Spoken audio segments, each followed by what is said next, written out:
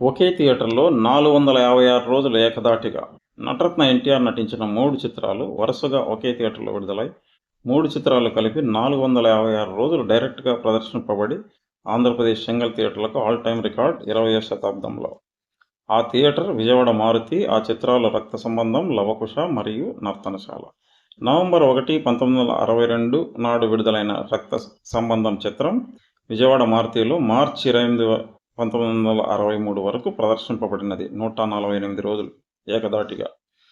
మార్చి 29, 1963 నాడు విడుదలైన 'లవకుశ' చిత్రం విజయవాడ మారుతిలో అక్టోబర్ 10, 1963 వరకు 196 రోజులు ఏకధాటిగా ప్రదర్శింపబడినది.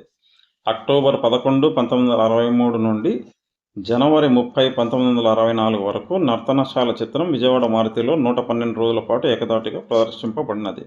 ఈ 3 చిత్రాలు కలిపి మొత్తం 456 రోజులు వరుసగా ఒక్కరోజు కూడా గ్యాప్ లేకుండా విజయవాడ మారుతి థియేటర్లో ప్రదర్శింపబడినవి. ఇది స్లాబ్కు ముందు all time record. Black and white చిత్రాలకు కూడా ఆల్ టైమ్ రికార్డ్.